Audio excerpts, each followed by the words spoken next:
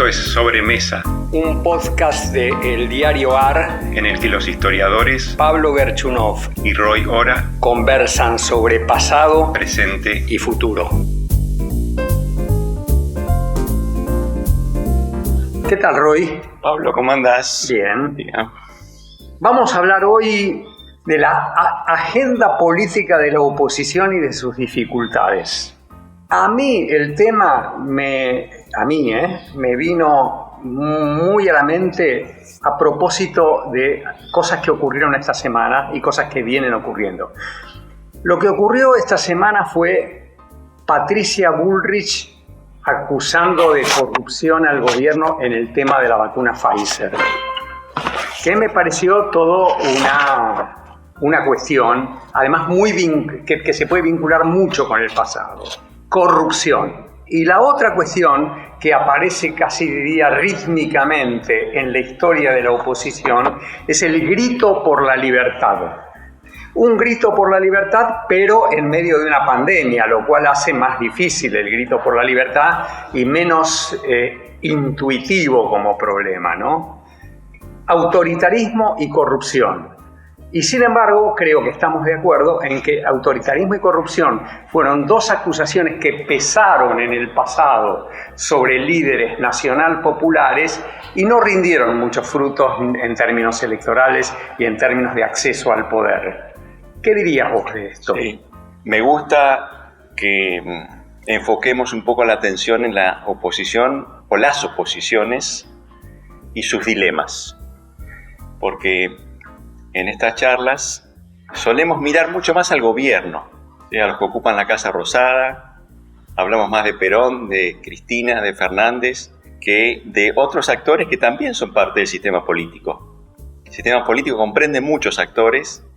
Por supuesto, el gobierno suele tener la iniciativa, tiene más recursos para hacerse escuchar, tiene una importancia que no quisiera negar, pero el gobierno no opera en un vacío político. No solo habla o trata de seducir a sus seguidores, sino que también debe hablarle a la ciudadanía, debe interactuar con organizaciones de la sociedad civil que en la Argentina son muy poderosas. La sociedad argentina tiene una sociedad civil intensa, densa, ¿no? Y también está la oposición o las oposiciones, porque creo que conviene en algún aspecto hacer consideraciones en plural respecto a la oposición. Y en este sentido yo diría, el comportamiento de la oposición es crucial en la definición del horizonte político en el que se despliega la vida pública. Esto es un juego, ¿no? Como se dice a veces en el fútbol, uno arma el equipo y después sale a la cancha y juega contra otros. Entonces una pregunta que me parece importante es, ¿la oposición está a la altura de los desafíos de la Argentina de nuestro tiempo y de qué naturaleza son sus problemas? Sabemos nosotros que esta es una sociedad ruidosa, una sociedad con, digamos así, con importantes márgenes de libertad para la oposición. Quisiera destacar esto, ¿no? Por supuesto está la constelación de medios oficialistas, filooficialistas, algunos de ellos pagados con dineros que no se sabe muy bien de dónde vienen.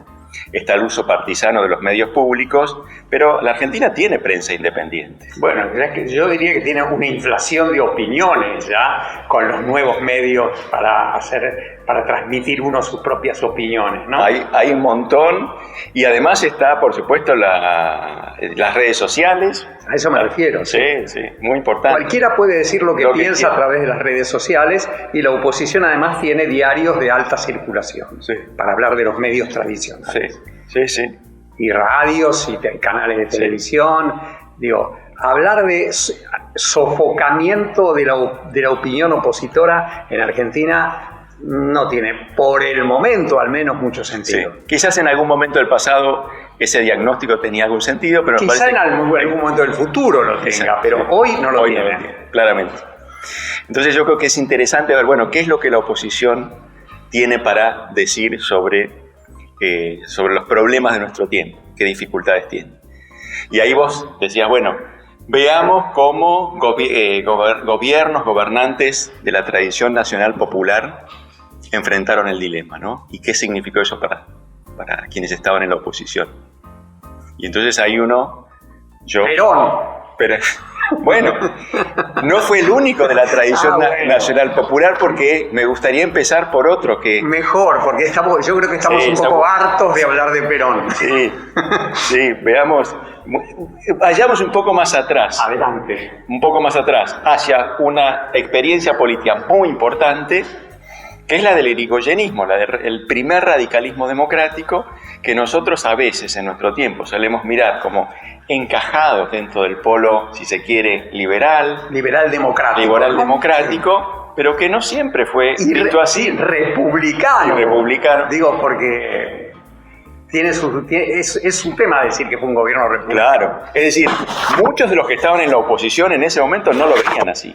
Y yo me animaría a decir que la mayoría tenía una visión muy negativa si uno pone en el centro de su valoración los valores de la tradición liberal y de la tradición republicana.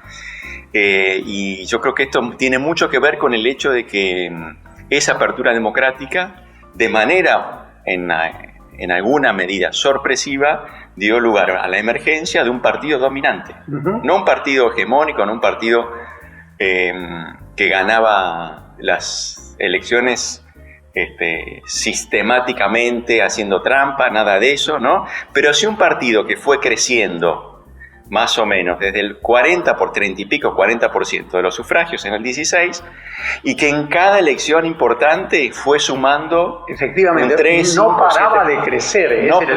Eso es lo inquietante para la oposición, claro. ¿No? Y rematando en 1928 con el 56%. Sí, claro, depende cómo se hagan las cuentas, casi el 60%, ¿no? Sí. Es decir, una cifra muy alta. Y además me gustaría recordar esto. Casi el 80% del padrón votó en el año 28. Es decir, no era una política chiquita. No. A veces se dice, bueno, el partido de las clases medias, el radicalismo. No, acá cuando el radicalismo, ese Irigoyen del plebiscito, como a veces se dice, ganó la elección del 28, lo hizo convocando, interpelando prácticamente a toda la nación política. Y eso, bueno, eso fue un problema para quienes estaban del otro lado.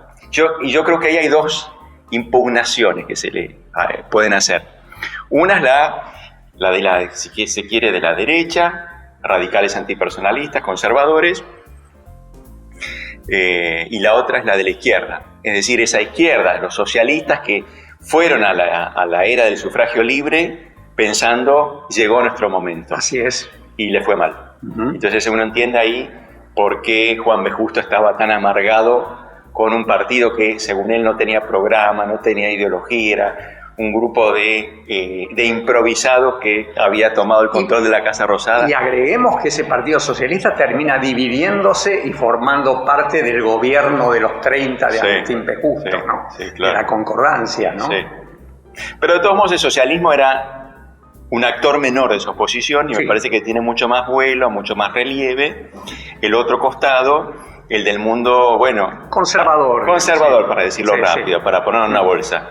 Y ahí yo me acordaba de los discursos encendidísimos de varios, pero entre otros de un jujeño que se llama Benjamín Villafañe, que escribió un libro que se llama Irigoyen, el último dictador.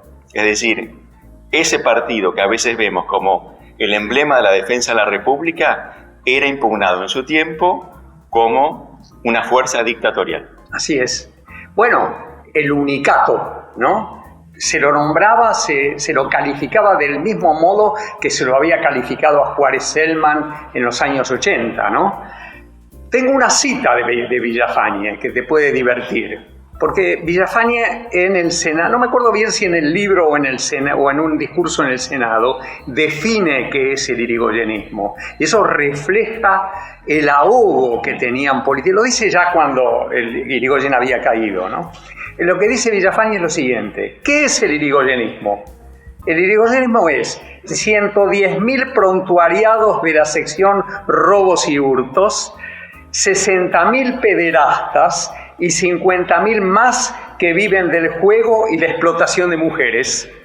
Digo, esa es la visión que transmite Villafañe sobre qué es el irigoyenismo, al que nosotros vemos como diríamos, el hito inicial, pasado mucho tiempo, de una democracia liberal republicana. O él o nosotros estamos confundidos, ¿no? Sí, yo creo que esa transición a la democracia que comenzó en el 16 fue dramática para la oposición, para las oposiciones. Por eso me interesaba marcar que evaluaciones muy negativas de esa experiencia pueden leerse tanto a la izquierda como a la derecha. Sí, los discursos de Matías Sánchez Orondo, por ejemplo. Otro que fue muy intenso en su crítica a un gobierno que creía que se había desviado, bueno, los socialistas sobre todo se habían desviado del carril democrático y muchos otros del carril constitucional, o del carril republicano. Exactamente. ¿Cierto? Bueno, Matías Sánchez Orondo los llama una horda, un AMPA, porque además reflejan un poco la intensidad emocional del debate, ¿no? Sí. Que se parece un poco a la del peronismo, sobre todo de los años 50, ¿no? Sí.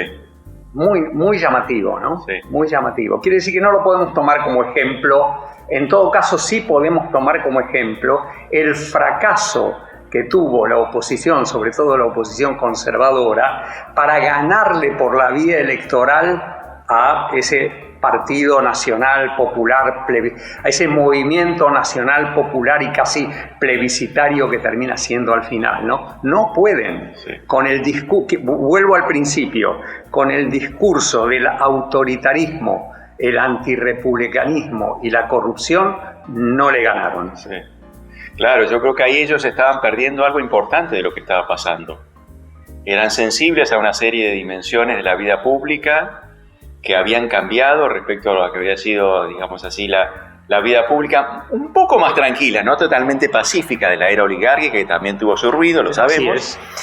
Pero se estaban perdiendo algo importante sobre, digamos así, referido a lo que significa la democracia y la democratización y la participación de las mayorías y las transformaciones que eso supone, no solo en términos de participación, sino, por ejemplo, de renovación del discurso público, de las características de la élite dirigente, en fin, toda una serie de temas que, visto desde el ángulo de los amantes de una política más de ideas, si se quiere, una política más elegante, quizás los hizo ir por el camino equivocado. Así es, ¿no? Les dio poco rendimiento político en términos de lo que espera una sociedad y sus grupos dirigentes. Y entonces, ¿qué pasa con el presente? Porque yo me temo que las oposiciones, como decís vos, sí, estoy pensando en realidad más en la oposición que por el momento, y creo que va a ser la más importante, que es la de Cambiemos, Juntos por el Cambio, como se quiera llamar, están un poco confinados en el discurso del autoritarismo y la libertad. Yo quiero aclarar, a mí me parece muy bien que defiendan la libertad de opinión, la libertad de prensa, la república, la división de poderes, está muy bien, y está muy bien que lo cuiden. Creo que lo que estamos diciendo es que con ese tipo de retórica política no alcanza para ganar. No alcanza para ganarle a movimientos de raigambre nacional popular. Y por lo menos yo lo que estoy viendo es un déficit en la agenda política de la oposición que pueda trascender este tipo de retórica, de lenguaje político, de propuesta política. Sí, yo tengo la impresión de que ese tipo de retórica toca una fibra sensible de la tradición política argentina. Y uno puede rastrear eso, como dijimos, casi a un siglo atrás. Y hay algunos actores de nuestra vida pública que son sensibles al valor de esos argumentos. Y a veces esos argumentos se presentan de manera descontextualizada, exagerada, pero yo creo que la principal impugnación, el principal déficit que uno podría encontrar en esa oposición es que ese tipo de retórica le habla a un público relativamente pequeño, cautivo, ¿cierto? Y deja fuera a muchos otros actores que tienen o deberían tener, en algunos casos no del todo articuladas, otras ambiciones y otras expectativas, ¿no? Y esto significa que una oposición que verdaderamente quiera ser una alternativa de poder tiene que ir más allá de esos temas. Por ejemplo. Bueno, acá viene el problema. Viene el problema. Y el problema viene porque yo me pregunto, bueno, ¿por qué tanto énfasis en esta agenda de la República? Porque es muy difícil construir otra en el caso coyuntural de Cambiemos, creo yo. Yo creo que parte de la respuesta va por ahí, ¿no es cierto? Y creo que esa dificultad tiene que ver con el hecho de que en términos de política pública y de fracaso de las políticas públicas está muy fresca la experiencia del propio Cambiemos en el gobierno. Yo no creo entonces que sea un problema de incompetencia o de falta de imaginación política. Es que de verdad están frente a un problema, de verdad están frente a un dilema. ¿Opinás algo parecido? Sí, yo creo que en ese sentido la situación no es exactamente igual a la de la oposición a Irigoyen. Exactamente. Es decir, acá el discurso de defensa de la República encubre una debilidad mayor. Y esa debilidad radica en el hecho de que, tanto por la experiencia pasada de Cambiemos, como por las dificultades que encuentra en este momento, como para ordenarse, para encontrar temas de una agenda pública que sean algo más que consignas, ¿no? Bueno, algo más que consignas. Decir algo parecido a eso, ¿no? Porque yo podría haber, los dirigentes de la oposición pueden decir empleo, en la búsqueda del empleo, reanimar la producción, terminar con la larga decadencia argentina e incluso incorporar temas nuevos como los temas del medio ambiente o el gran tema del conurbano, ¿no? Pero ¿cómo hace para que esos sean, como dijiste vos recién, algo más que palabras, algo más que consignas, más superficiales?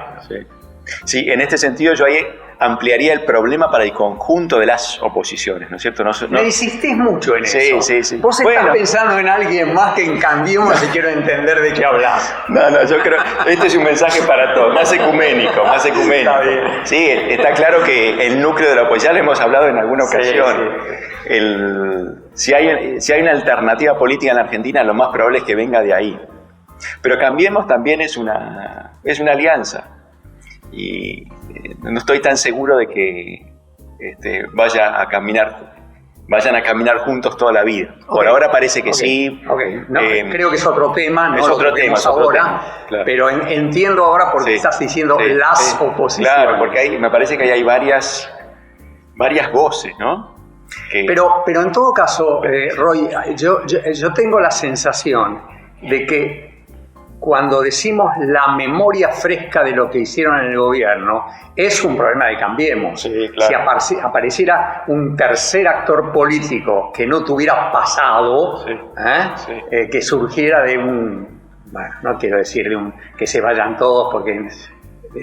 pero un nuevo actor, si apareciera un nuevo actor, ese problema no lo tendría. No, pero de todos modos yo creo que no tendría el peso de la historia que lo obliga a rendir cuentas de sus fracasos anteriores, para decirlo así con todas las palabras. Pero de todos modos yo creo que independientemente de eso, y pese a que Cambiemos tiene más dificultades, o tiene las dificultades que surgen de este fenómeno, al sistema político argentino le faltan ideas sobre el futuro. Y a la vez, esas ideas sobre el futuro son difíciles de articular en una propuesta creíble. Es decir, algo que vaya más allá de las consignas, ¿no? Estamos complicados en ese sentido, entonces, porque esas ideas, de alguna manera... siempre los gobiernos tienen la defensa de que están haciendo lo que están haciendo, ¿no? Y en general yo diría, las elecciones las ganan o las pierden los oficialismos, ¿no?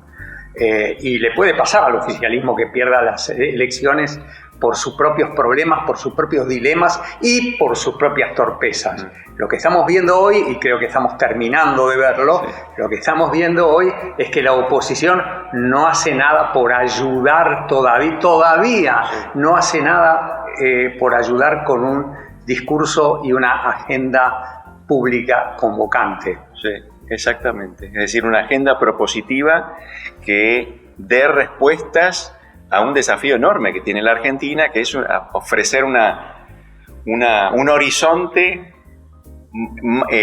algo mejor que el presente a esos millones de argentinos que hoy están en el desamparo, que ya lo estaban hace un tiempo, y a aquellos que se han sumado como consecuencia de la pandemia. Así es. Insistamos para esperando. terminar que no estamos acusando a nadie. Estamos diciendo que la oposición tiene un problema complejo que resolver. Sí. Ojalá tengamos una mejor oposición. ¿La seguimos la semana que viene? La seguimos.